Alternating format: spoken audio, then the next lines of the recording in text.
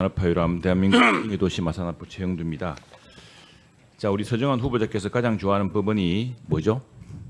가장 좋아하는 법원. 지체된 정의는 정의가 아니다. 예, Justice delayed is justice denied. 이게 우리나라만 있는 게 아닙니다. 세계 동서고금에 하면 가장 중요한 기둥이라고 하겠습니다. 그렇죠? 네. 근데 우리 후보자님은 김명수 사법부의 재판 지연에서 어떻게 생각하십니까? 그 부분에 대해서 지금 여론이 많이 안 좋은 걸로 그래요. 듣고 있습니다. 자, 하나하나 여쭤보겠습니다. 2019년 12월 기소된 조국 재판 1심에 3년 2개월 걸렸습니다. 어떻게 생각하십니까? 네, 단답을 네, 조금 길다고 생각합니다. 아주 길죠. 이게 법에 정한 절차에 어긋나고 훈시 규정을 무너서 3배씩 어긴 거 아닙니까?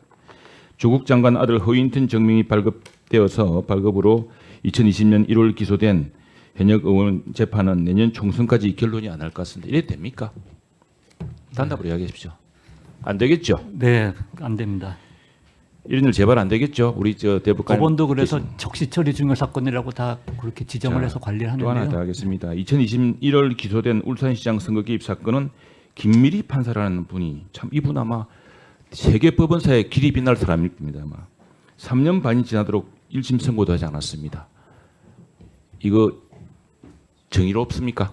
네, 그런 비판이 많았던 걸로 기억합니다. 아니 그렇게 이야기하지 마시고 정의로운 일입니까 이게? 그건 지체된 정의로 보입니다. 침묵하고 회피하면은 정의는 발현되지 않습니다. 정의는 나설 때 용감하게 답변하셔야 되는 겁니다. 자, 우리 후보자님 보니까 대법관 1인당 연간 4천건 권리구제법원의 역할도 함께 했다. 이 대법관 한 분들이 이렇게 많은 사건을 처리하기 힘들겠죠. 국민들은 네. 다 하나하나 다 절박합니다만 그러나 국민 전체가 볼 때는 우리 대법원은 지금 사법부로서의 그 정의의 기둥이라는 신뢰가 무너졌습니다. 왜? 정의를 실현할 의사가 없구나. 그런데 이런 모든 정의의 하나하나는 사측권 하나하나 다 중요하겠습니다만 사람들이 이렇게 봅니다. 우리말의 그 법이 정의가 실현되기 위해서 가장 중요한 방법은 중에 하나가 일벌백계입니다. 일벌백계 아시죠? 일벌백계. 기강이라는 것도 빗자루로 어디 저 마당 끝에 있는 먼지 쓴다고 되는 게 아니라 벼리를 잡아야 기강이 잡힌다 그럽니다. 그물에 벼리를 잡아야. 무엇이냐면은 이런 권력자, 조국, 현역 국회의원, 대통령 친구였던 울산시장 이런 권력자에 대한 재판을 지연하고 정의의 판단을 지체하고 늦추는데 어떻게 그 법원을 믿겠습니까? 대법관 후보자님 어떻게 생각하십니까? 네, 그런 사건일수록 좀 적시에 처리되는 게 바람직하다고 생각합니다. 이런 사건은 그냥 사건이 아닙니다. 권력자의 사건. 바로 일벌백계를 해야 될 그런 사건입니다. 그렇게 해야 사건권 하나하나에 똑같은 눈물과 피와 땀을 쏟을 수는 없지만은 그렇게 해야 국민들이 내 사건이 공정하게 처리되겠구나.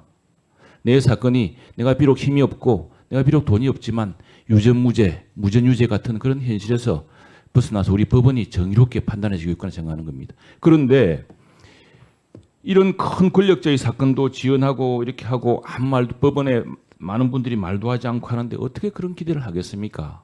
소수자에 대한 세심한 배려, 임금 체불에 대한 세심한 배려 다 중요한데 이런 큰 일벌백계가 무너지고 정의의 기둥에 대한 신뢰가 무너지면 다 무너지는 겁니다. 저 대법관 후보자님은 아까 지체된 정의는 정의가 아니다는 이 법원이 얼마나 그 무게가 무거운지 이제 다 더 절감하시겠죠? 네, 절감하겠습니다. 김명수 사법부는 이렇게 해서 대한민국 사법부를 무너뜨렸습니다. 파사 현정 아시죠? 파사 현정. 네. 예, 검찰이 좋아하는 저 법원입니다만 파사 현정도 검찰 요즘 수사권 다 뺏어갖고 요즘 검찰 수사 능력이 많이 저하되어서 걱정이 참 많은데 파사 현정도 그렇습니다. 동경지검 특수부가 떴을 때는 바로 권력자를 구속시켰던 겁니다. 근데 권력에 대한 수사는 이제 검찰이 했는데 그 수사를 다 못하게 해놔가지고 지금 뭐 엉망입니다만 지금 그걸 지키려고 우리 검찰 수사권 회복하려고 하는데 참 말 나온 김에 검찰의 수사권 문제는 어떻게 생각하십니까? 특히 권력자에 대한 수사권 문제.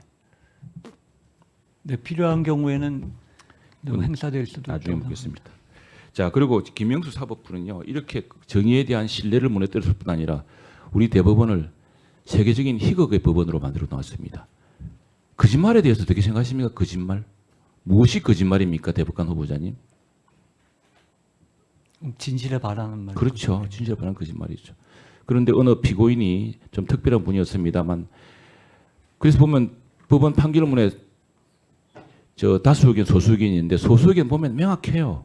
한 분이 왔다 갔다 하면서 이렇게 했는 건데 여기에 저는 무슨 법 연구회니 이런 연구회의 그 법원 내 엘리트 조직 일부 단체들의 이 해악이 제대로 드러난다고 생각합니다. 그분들끼리 서로 편을 먹어서 내가 좋아하는 대통령 후보, 내가 좋아하는 사람에 대해서 어떤 편견을 가지지 않고서야 거짓말에 대한 기준이 세상 사람들이 보면 다 알 텐데 소수 의견 딱 한 명 부족한 소수 의견은 이게 거짓말이라는 실정적 증거를 다 내고 있습니다.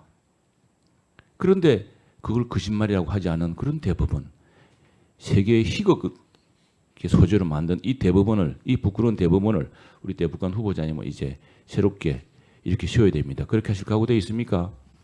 네, 유념하겠습니다. 네. 그런데 이 대법관, 이 희극 대법관이 얼마나 대법원이 웃기는 짓을 하고 있냐면 이거 보십시오.